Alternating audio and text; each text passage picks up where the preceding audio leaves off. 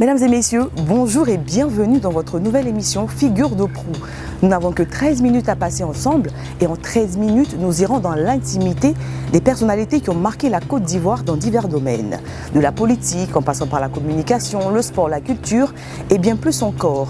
Et pour ce premier numéro de Figure de proue, nous sommes en compagnie d'un octogénaire originaire des Boués dans le sud de la Côte d'Ivoire.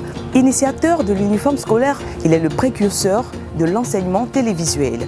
Il est également le bâtisseur de la Bibliothèque nationale, de l'INSAC, du Centre culturel Jacques Aka de Boaké.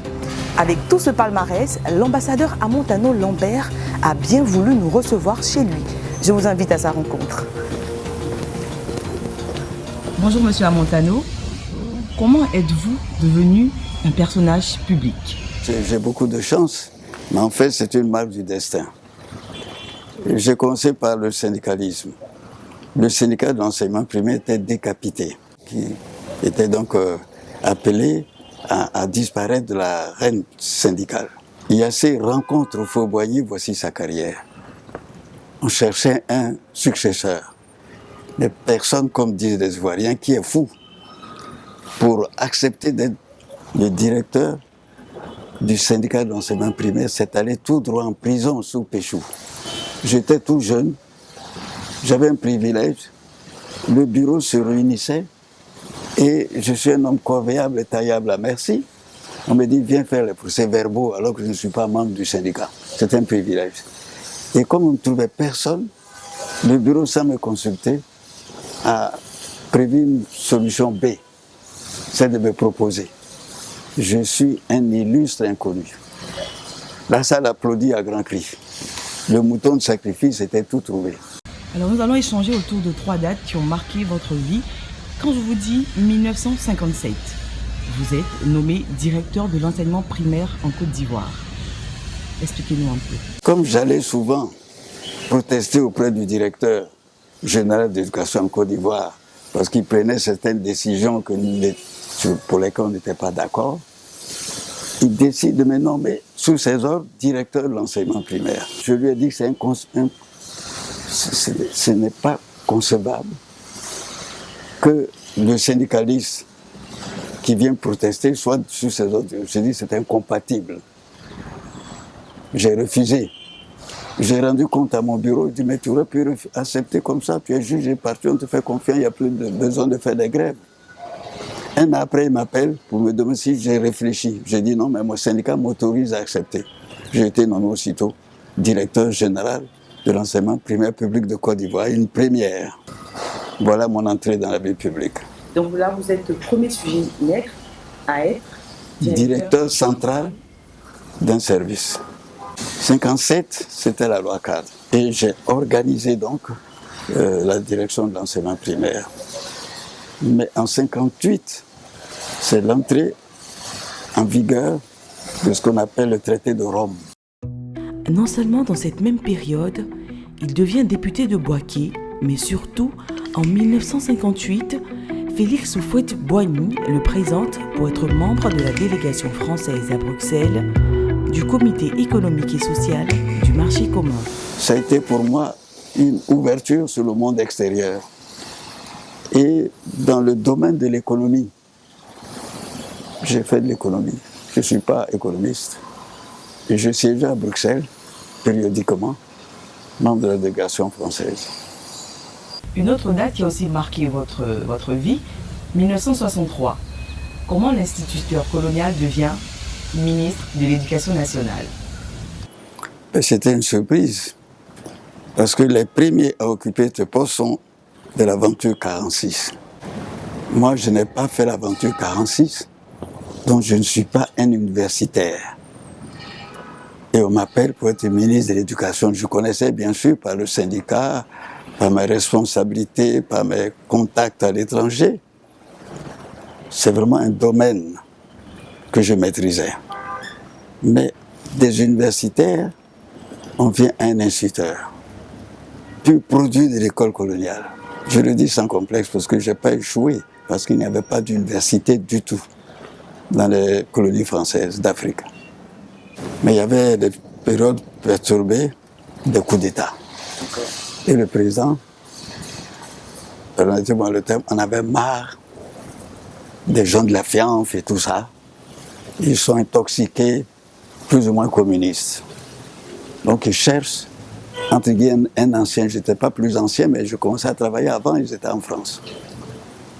Ils se renseignent et tout le monde dit, celui qui connaît le dossier de l'éducation, c'est le syndicaliste. Ben voilà. J'ai dit, tiens, on va me mettre en prison. Pourquoi en prison? Parce que vous êtes Non, parce que je devenais trop puissant. Exactement. À la tête de tous les syndicats du Côte d'Ivoire. Juste de quand je une grève, c'est grave. Quel était votre secret pour avoir toutes ces connaissances? Non, j'apprends. J'étais très brillant à l'école, je le dis sans orgueil. J'ai été major partout. Donc on m'apprend, on me met en quelque sorte à l'essai. Et j'apprends. Troisième date importante, 1991. Vous êtes de retour au pays après 8 ans passés en Algérie et à Bonn en tant qu'ambassadeur. Et M. Seydou Diarra vous nomme président de la Cour d'arbitrage de Côte d'Ivoire, une première en Afrique noire. Expliquez-nous un peu. Alors comme je vous dis, moi je suis corvéable et taillable à merci. Si je puis dire, hein. C'était un honneur. J'ai rencontré Seydou Diarra au Brésil, il était ambassadeur. Je lui ai dit, je ne suis pas juriste. Je suis un généraliste, comment? Il dit non. Comme tu as été directeur de la promotion commerciale, les hommes d'affaires te connaissent très bien et ils prendront au sérieux ce tribunal privé. 2 déjeuners d'affaires avant que j'accepte. En fait, on ne juge pas, on fait juger. Ce tribunal procède de tribunal africain, l'arbre à palabre. Il n'y a pas de magistrat. On fait juger, on ne juge pas. Et c'est ainsi que Lambert Amontano a brillé tout au long de sa carrière dans des domaines les plus variés. Éducatif, politique, économique, juridique. Dans l'antre de ses souvenirs, où il conserve de nombreux documents et récompenses, il revient sur des faits marquants de son parcours. Monsieur Amontano, je me rends compte que vous avez quelques archives. Nous allons les regarder un tout petit peu. Éducation et technique. Tiens, nous avons là la première rentrée solennelle de l'université d'Abidjan, c'était en 64. C'était une première. Alors, on attendait l'instructeur au tournant. Et ce discours a eu, parce qu'on ne s'attendait pas à une telle qualité de message. Et le premier à m'en féliciter, c'est Félix Houphouët-Boigny. Ce qui a plu au président Houphouët, il n'aimait pas le complexe de coloniser. Et j'ai cité Ouzé Coulibaly, je m'en souviens comme si c'était d'hier. Il a dit, plus on piétine une fleur, plus elle embaume. C'est-à-dire, en voulant mépriser notre culture, on lui a donné de la valeur. J'ai dit, si certains colons, par curiosité, n'avaient emporté certains de ces masques, ceux-ci n'auraient jamais figuré dans le plus grand musée du monde. Non pas comme des objets de culture primitive, mais authentiquement moderne. Donc la colonisation, dit Houphouët, a dit bon, c'est un mal, dit-il, mais ce mal fut un mal nécessaire. Et il dit tous les peuples ont été colonisés avant d'être colonisateurs. Et j'ai dit qui sait si demain nous n'apprenions pas aux vieilles civilisations cet humanisme que ces pays ont perdu. Nous voyons également, M. Amontano, les compagnons de l'aventure 46. Nous voyons ici qu'à la page 82, vous avez écrit une dédicace. Pourquoi ces dédicaces, M. Amontano?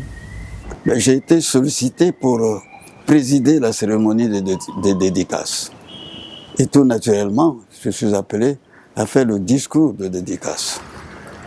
C'est un discours qui marque ce que c'est que l'aventure 46. Je n'ai pas fait l'aventure 46. Je le dis plus tard, ce n'était pas le chemin de ma vie. Mais je me proclame, je dis autoproclamé, compagnon de l'aventure 46, après avoir lu le livre. Et Pourquoi? parce que j'ai vécu par ce livre et par son contenu que nous avions des valeurs qu'il ne faut pas renier.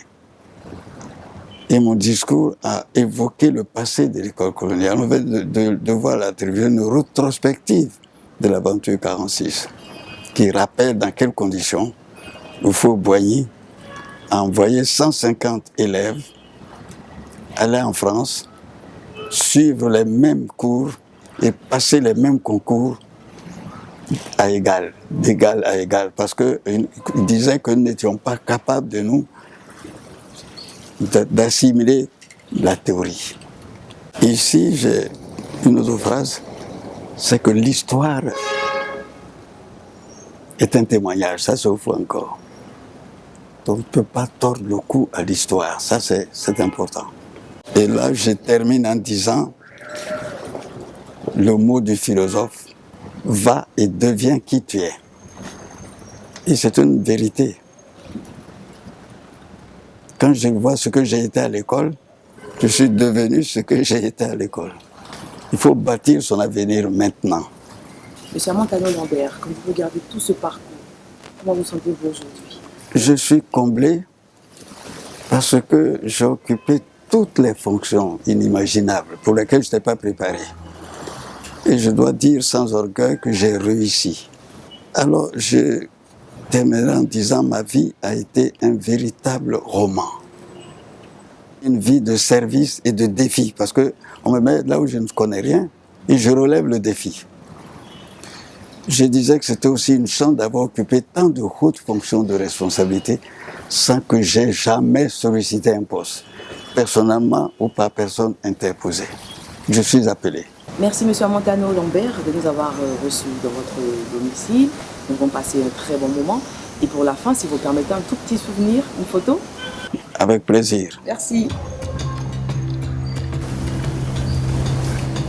Souris.